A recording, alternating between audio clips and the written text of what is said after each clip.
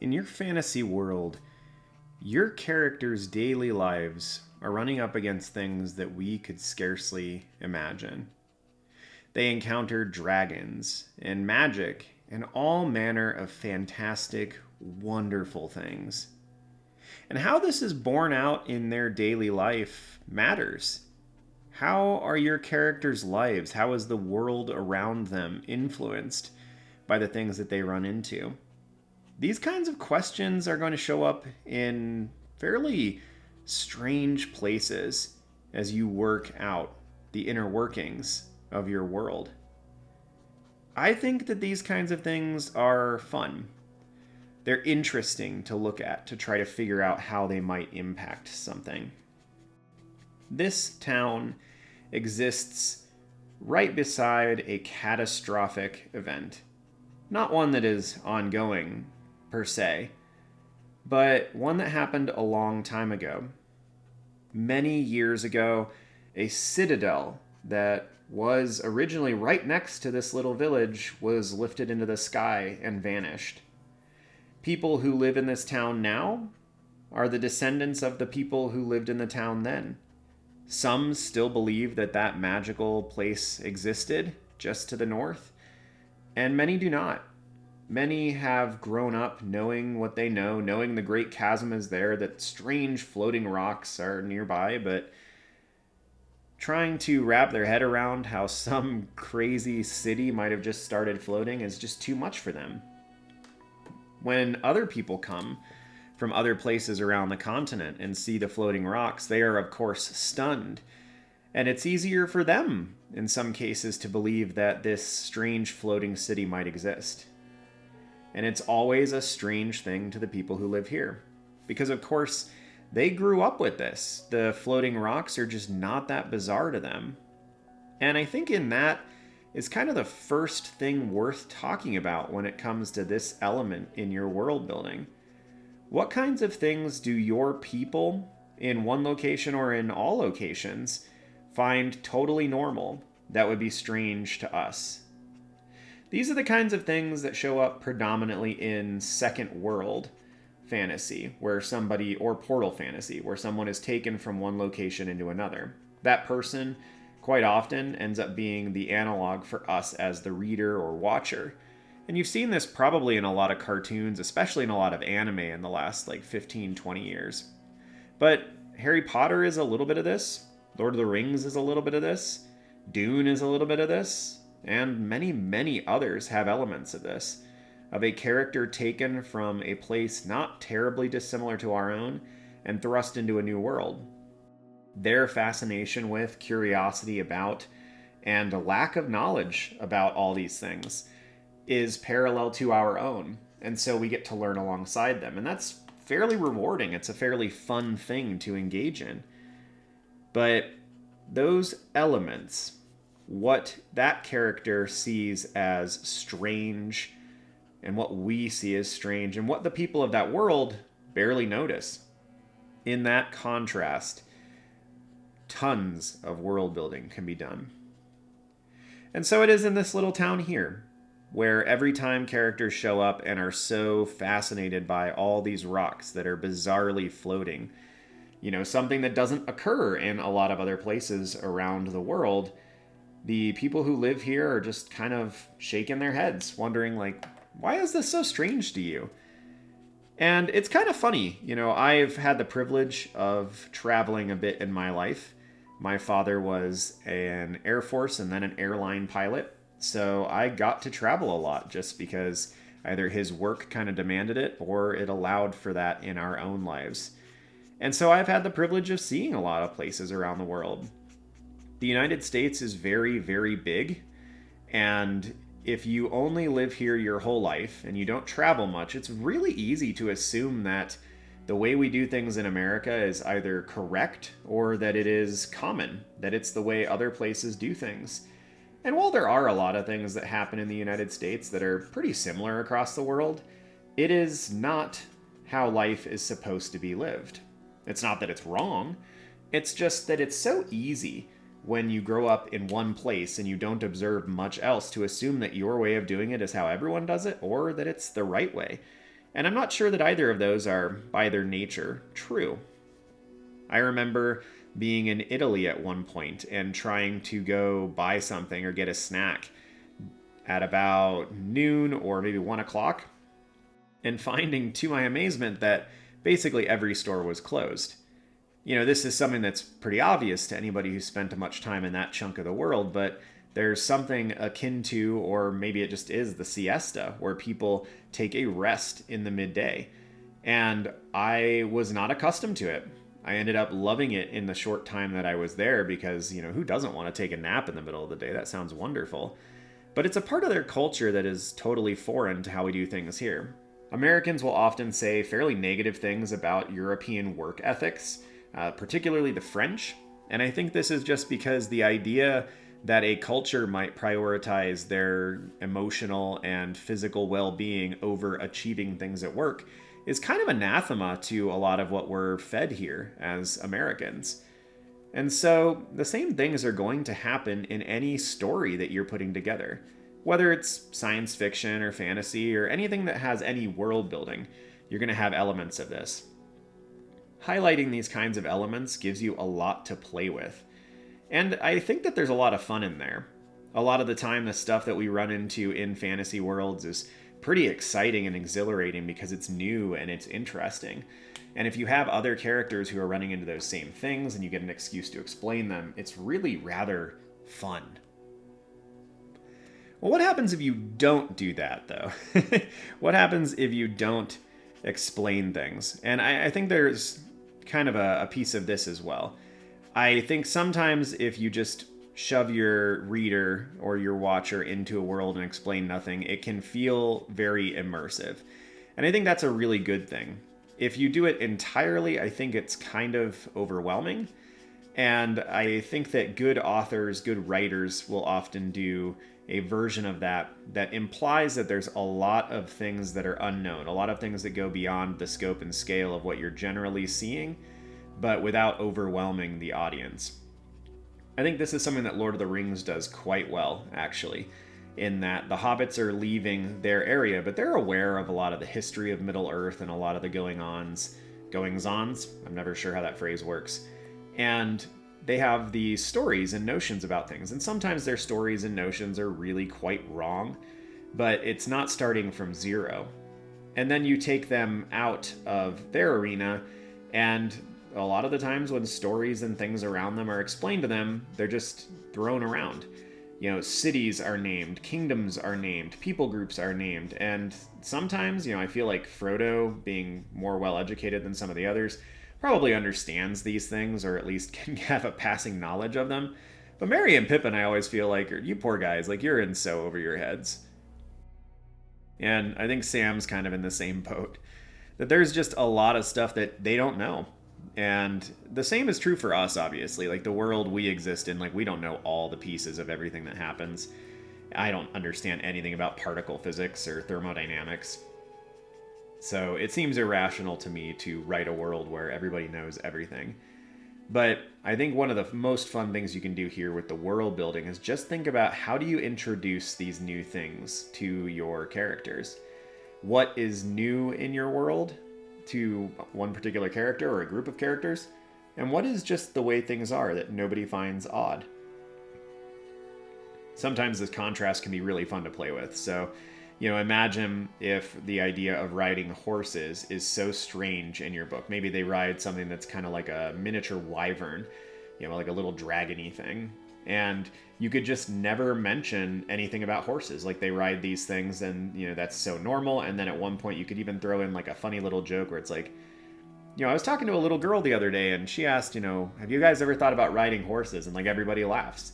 Those kinds of little jabs at the reality that we have versus the reality that these characters might have is a really fun thing to do.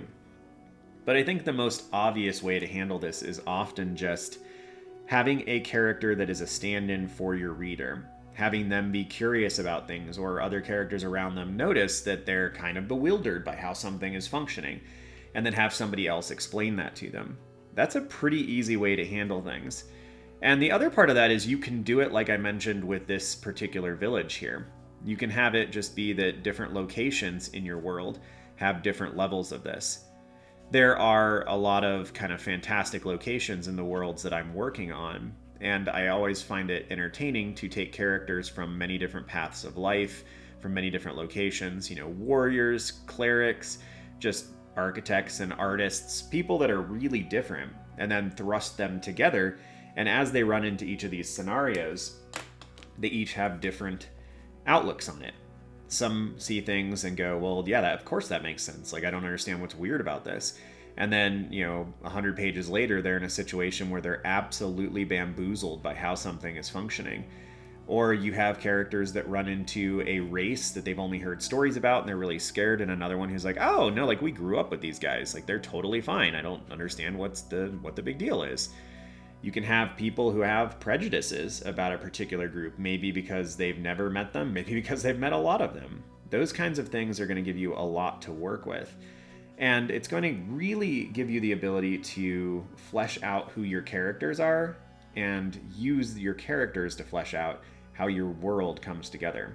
Because that's the thing at the end of the day is a world by itself is really cool and wonderful, but we as humans interface best with those things if we're interfacing with them through characters, because that's what we are. And so I think it's inevitable to think about how your characters are going to interact with the pieces that they're going to run into in that world. Especially when you're getting started on the beginning of the world building process. This is something I would spend a bit of time thinking about, particularly because it's enjoyable. This arena in world building can give you so many things to play with. You get to think about the stuff that you've enjoyed most when you've dived into a world of some kind. And you get to process, like, what was it about Star Wars that I enjoyed so much? Was it how seamlessly everything is put together? Was it the Force, like the application of science fiction and fantasy pieces together? You can take those things and try to understand what it was that you enjoyed so much about those elements and then bring them into your story.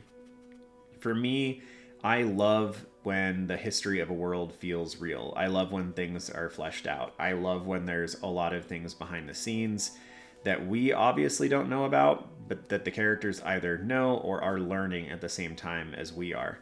I love having overpowered characters and these like vestiges and leftovers of the past that just kind of sit there.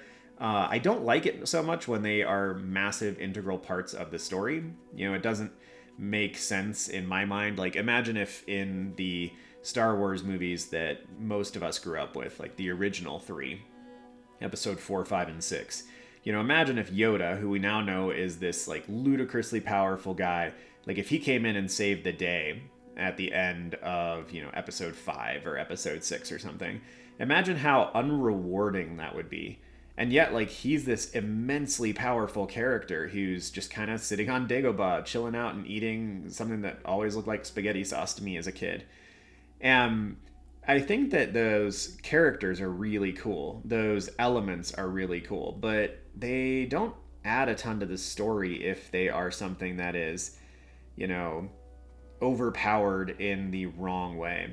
I love those kinds of characters. I think they add a really unique aspect to the storytelling, but they so easily overpower the characters and the kind of lower scale, lower level interests that you might have in that world.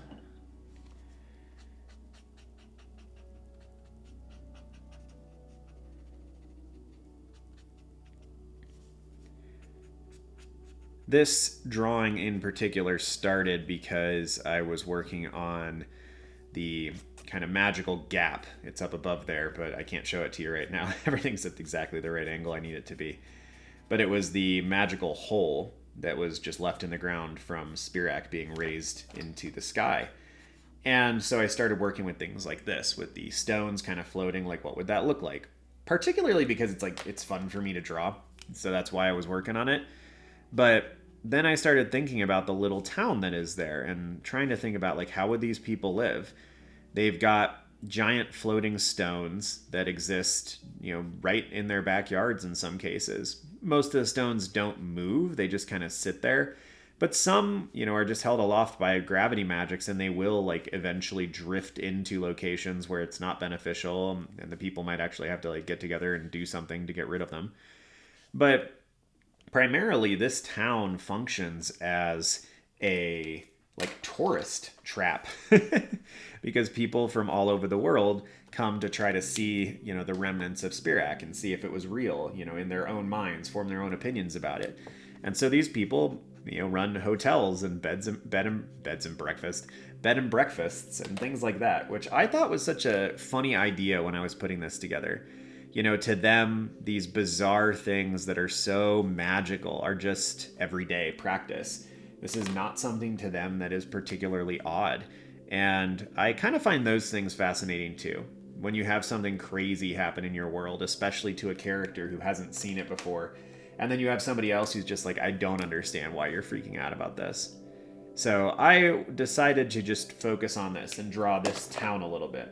Try to get some of the figures handled, and I've actually started.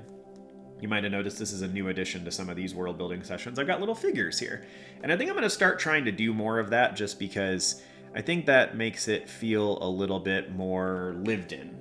It makes it a little bit more interesting to see. So I'm going to start trying to include these little figures in more of my drawings, and just we'll see how that goes. But what do you think? Do you think that the figures will help things? And when you draw stuff like this, when you're trying to establish how big something is, do you ever use characters to help you with that? I find that it's often a beneficial thing, but figures can sometimes be scary to me. They seem so easy to mess up, and if you do one thing wrong, it's like, crap, that thing doesn't look good anymore. So I'm a little cautious, but especially doing the content here on the channel, I try to work through the things that I am fearful of, just because it seems more honest. Like, if I'm trying to get on here and talk to people about how they should be trying new things and not be afraid, and be okay with ugly drawings, it's like, well, I gotta bear that out too. It's always easier as a teacher to tell people to do what you know is right and then fail to do it on your own. I feel like sometimes as a parent that's the case too. Like, it's so easy to tell your kid exactly what they need to do and pretty much know that you're right, and yet it's hard to do the right thing all the time.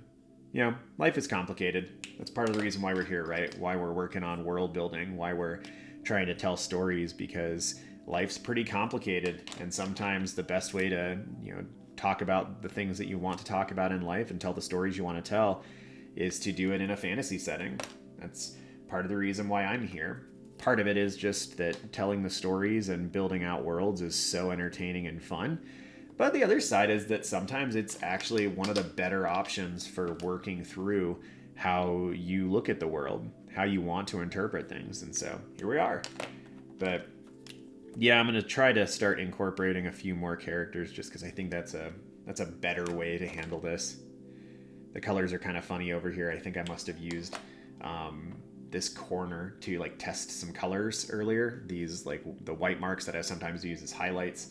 Things like this or this, white acrylic or a white gel pen. And so down here, the colors won't come out as vibrant as I want. Not a big deal, but just, interesting things that I'm running into and that you might run into on your pursuits as well. And so you're not that weird. You're not that dumb if you forget things like that you put down at one point and then you're like, what's going on here? Happens to all of us. Don't stress about it.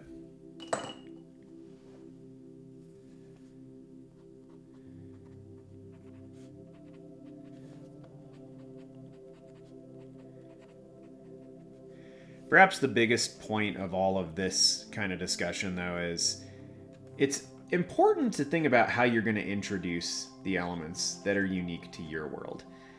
And I think that using how characters in that world, whether they are, an analog for us or they're just supposed to be kind of normal humans, those people can give you often a really good method, a really good avenue through which to understand how things function. I like to do it generally with the character that kind of knows the least about the world. And I think that's kind of how Tolkien did it. And you can tell in his storytelling, because it's almost always the perspective is almost always of the least knowledgeable person. In a chapter that has a hobbit, the hobbit is almost always the person who is the perspective character.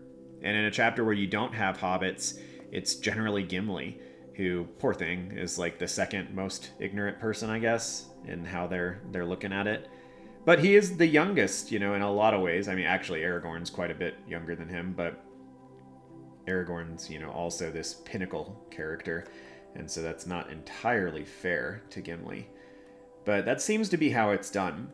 In a lot of the Harry Potter books, it seems like obviously Harry is the most ignorant one because he's the one who's coming from without, the one who's coming from outside the wizarding world. And we get a lot of Ron being the character who clues him in on everything.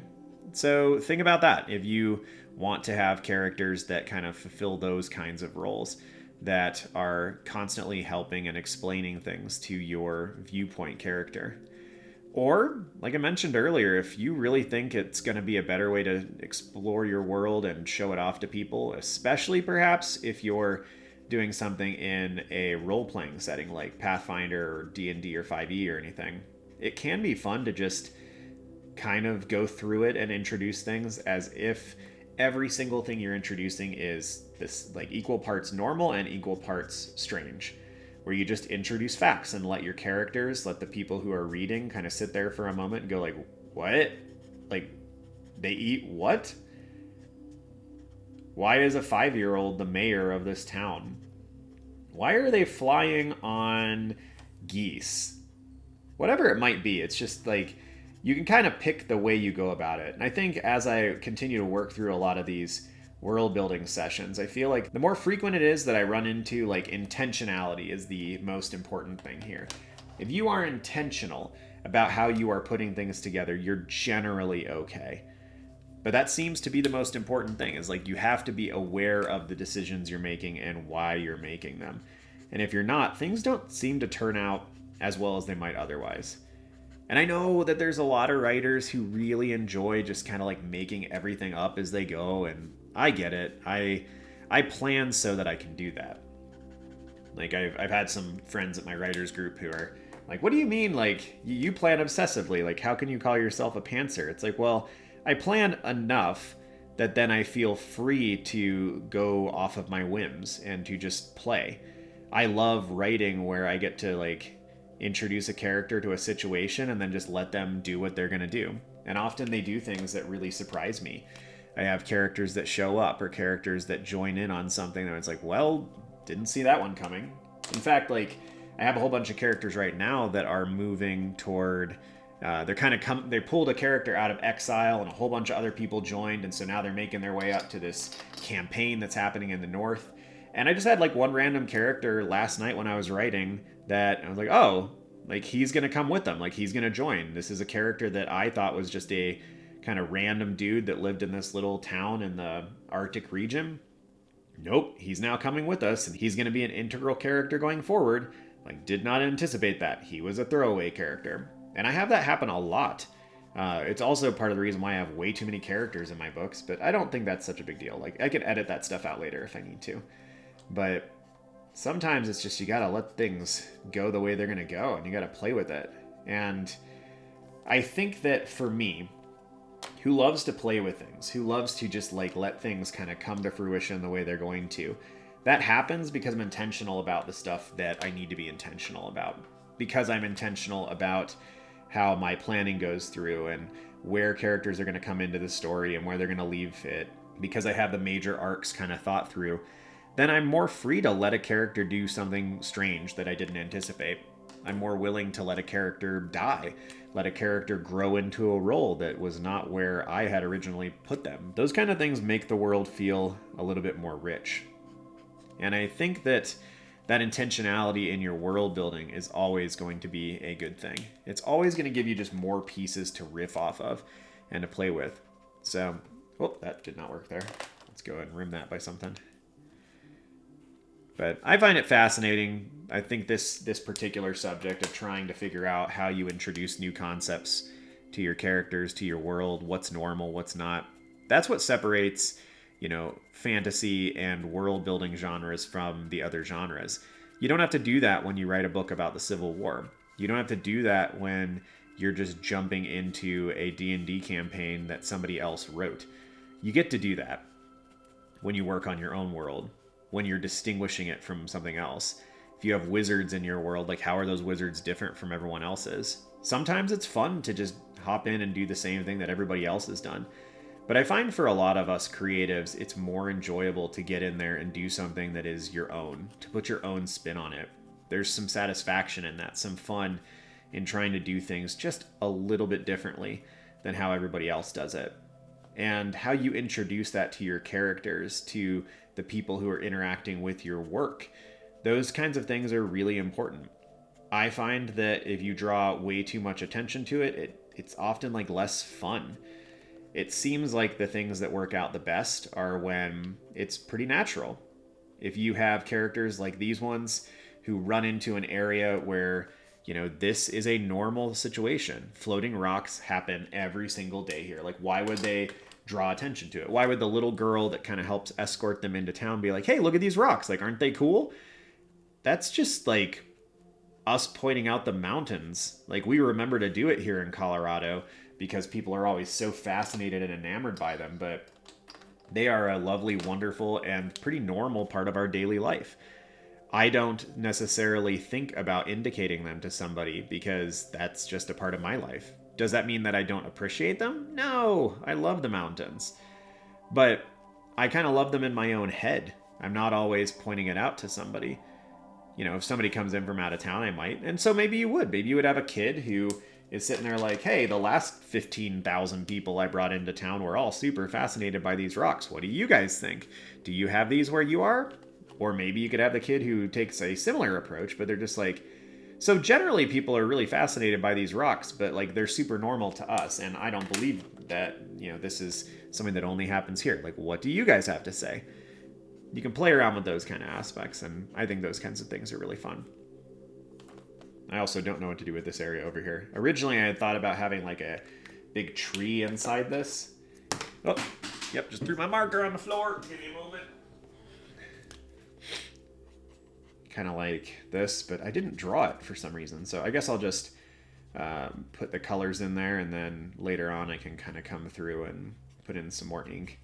The idea being that like maybe these are fruit trees in here that are covered up so that the birds don't come and eat all of the fruit when the fruit is ripe. So I'm just going to put some colors in there, and then at a later time when this is totally dry, I will take some pen marks back over and define things. But for now, I'll just get that color kind of covered in there so that there's something going on. And I think I'll come over here on this fence and actually go through and put some gray on there too. Kind of interesting working with a chain link where like you're half seeing through it, but it's also going to change the surfaces around it as well. One of the best parts about this world building drawing and these sketchbook sessions for me is I end up drawing all kinds of things I wouldn't normally draw. And it's been really good for like my overall progression. I often draw things thinking like, oh, I can do that. And then, oh, that didn't turn out very well, and look stuff up, which is also good. It's good to get out of your own head to realize that obviously there's nothing wrong looking up resources and using them when you're working on stuff. But sometimes for me, particularly, it feels inconvenient in the moment. I want to just get on and do the fun stuff. And sometimes it's good to pause and take a moment and look up resources and references and use them. Just like I talk about here. It's almost like the things that I talk about on my channel, I need to be aware of too. Like maybe this was partly just for me to help myself. But I guess that's how most of life works. Very few things are truly and only altruistic. And generally, if you do things for the good of others around you and because they're good for you and because you enjoy them, you'll probably stick to it longer.